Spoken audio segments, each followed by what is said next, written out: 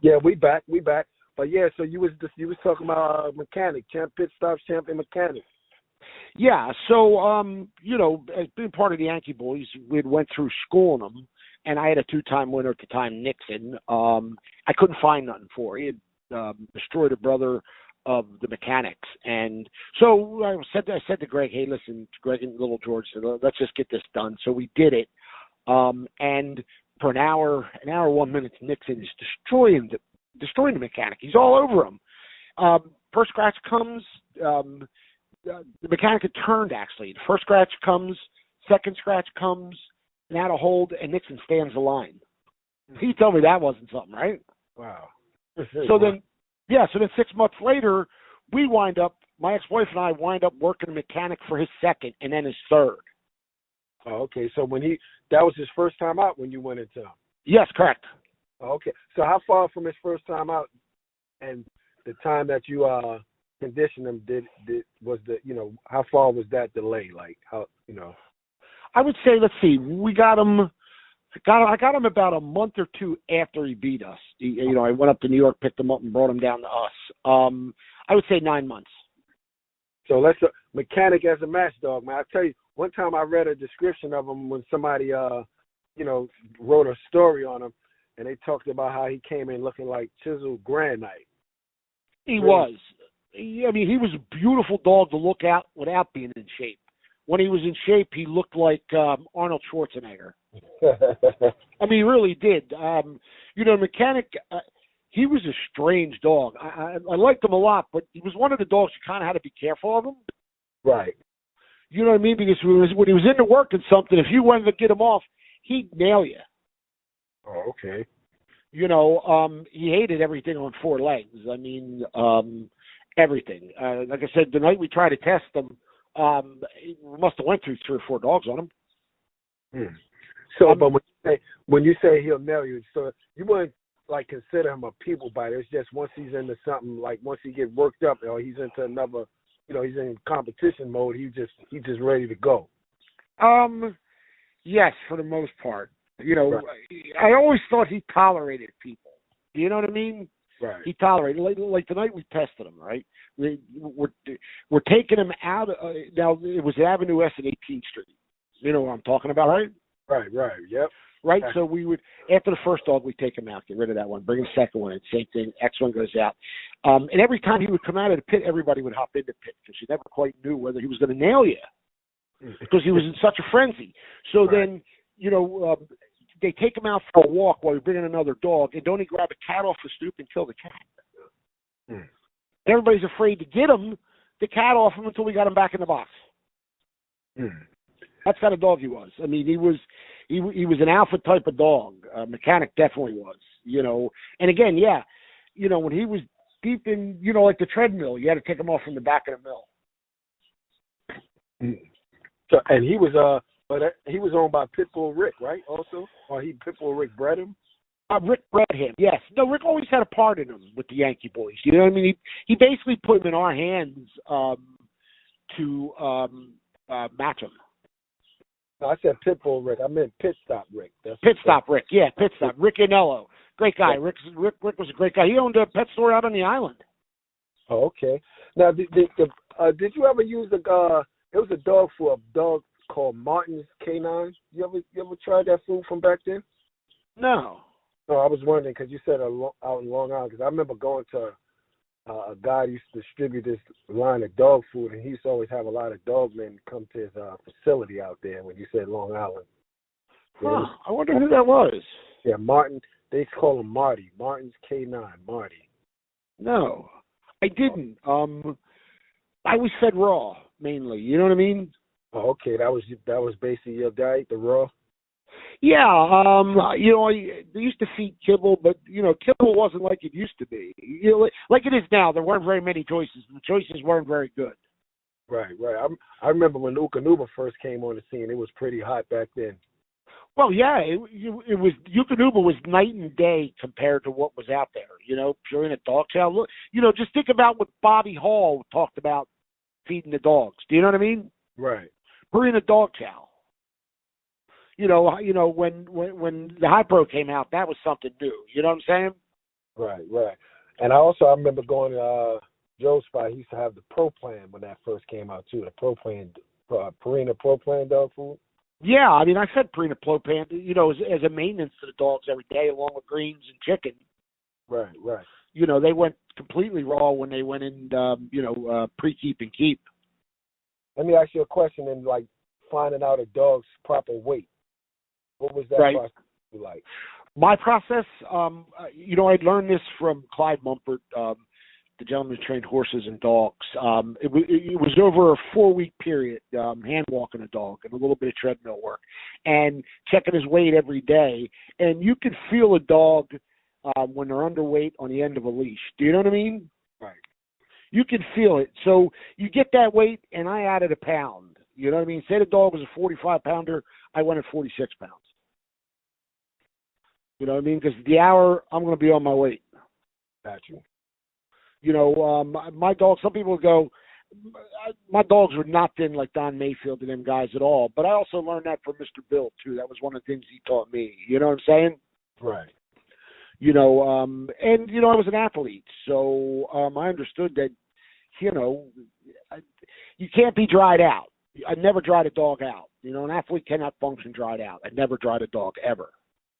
Now, there were some dogmen that prefer a dry dog versus a say wet dog, right? That's it. Oh, lots of dog guys did. Yeah. I mean, I never understood that as an athlete. Do you know what I mean? How you perform dehydrated? Right. The body doesn't function. Dog's body, mechanically, in some ways, are not more different than ours. It's hydration. That's what it comes down to. So I never dried them out. Now, I know a lot of guys that did. Right. Right.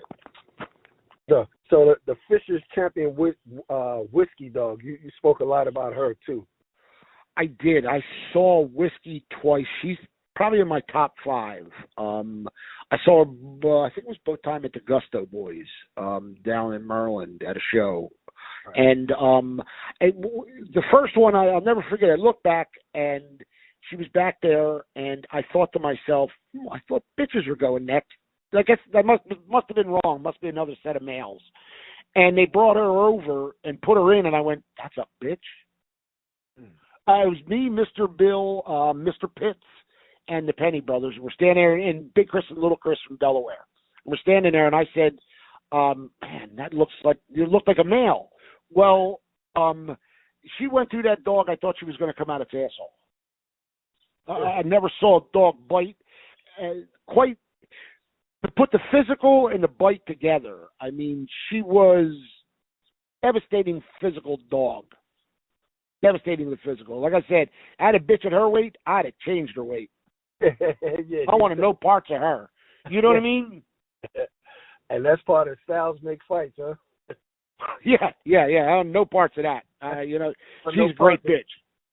No, PJ's a great dog, man, and knows how to condition a dog to boot. You know what I'm saying? Right. I remember Pops told me when Bad Rosemary was on a campaign, he said at the time he didn't have nothing on his yard that he would have put into her. No. I don't blame him. But I agree. Whiskey was that way to me, too. I mean, there were a few dogs I saw like that. Irish Thames Champion Locking. I had nothing in my yard. I liked them too much. Right. Oh, boy. But, so I'm going to have to wind up a little bit, man, because I got to go run and pick up the kids, man, from school, man. But I want to sit down again for a part 2. You up for that? I'm in for that. Yeah, you let me know. Yeah, we definitely got more to talk about. Yeah, we do. I got a lot more to talk about. Hey, on that last thing, mouth versus gameness, which one would you put first? Mouth versus gameness. Gameness. Gameness. I always say, hey, if you ain't breeding for gameness, you just breeding dogs. You are, and guess what? My saying was, hard biters can't bite air that hard. You know what I mean? You give a dog, keep a mouth off you. It's got to be game. Plain and simple, it's got to be game. Appreciate it, man. But, yeah, man, thanks for the time, Keystone. All right, brother. Stay in touch with you, man. You do. Call me later. All right. Thanks, man. All right, brother. Bye. Good evening, YouTube. What's up with my subscribers, my followers, my supporters, everybody who've been loving my videos, man. I just wanted to give y'all a shout out, man, and thank y'all for tuning in, man. And I'm going to just try to keep this going the way I got it, and you know the fan bases, y'all feeling it, y'all liking it, and I'm proud of I'm proud of the direction that the channel is going. You know, shout out to all the other podcasters in reference to pit bulls, dogs in general, whatever you got going on with dogs, you podcasting and you making videos about it, and I'm all with it, man. But like I said, man, overall, thanks. Can't say thanks enough to all my supporters on YouTube. But I was going to get in touch to the story that Keystone Kid. I was just going to end it on this note and give you a little history on the. He brought up the dog Nixon that he went into champion mechanic with. So I'm gonna just piggyback off, the last bit of the Keystone Kid interview with the Nixon dog. The Keystone Kid and Frenchie had used a gyro-bred dog named Nixon to game test Mickey's brother, WCC, that's Windy City Combined, Modine. Modine was a 46-pound dog who was 48 when they stretched him for 55 minutes with Nixon, who was ripped and ready at 51 pounds. Modine proved to be a crawling game dog and was going out at 54 minutes. He fell 4 times but got there in under 10 seconds. Nixon was a match prospect and Keystone opened him up at 50 pounds. Ricky, and that's Pit Bull Rick from Pit Stop Kennels, took the challenge with Mechanic at 50 pounds. We thought it was too light, but Keystone and Frenchie was set to go at 50 pounds. So 50 pounds it was made ready. The night came and Mr. Bill said, release your dogs. They hit, and after 10 minutes, you could see that Mickey wanted it more. Nixon's scratches were slowing and he was fading fast. He stopped at 1 hour and Mickey went hard to the chest to win a good one. And also, thanks to all the old timers that I had on this platform, Hunter Man, Keystone Kid, Mr. Don Devine, my boy Shady Days, Mr. Bob Finley.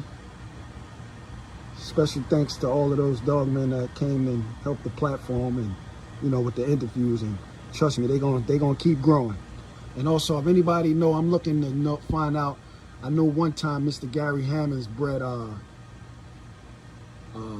Boston Terriers. Anyone know if he's still breeding those Boston Terriers, Mr. Gary Hammonds? Or if he happened to hear this, check this video out. Are you still breeding the Boston Terriers? I'm looking for one. All right, y'all have a good evening. Hellcat.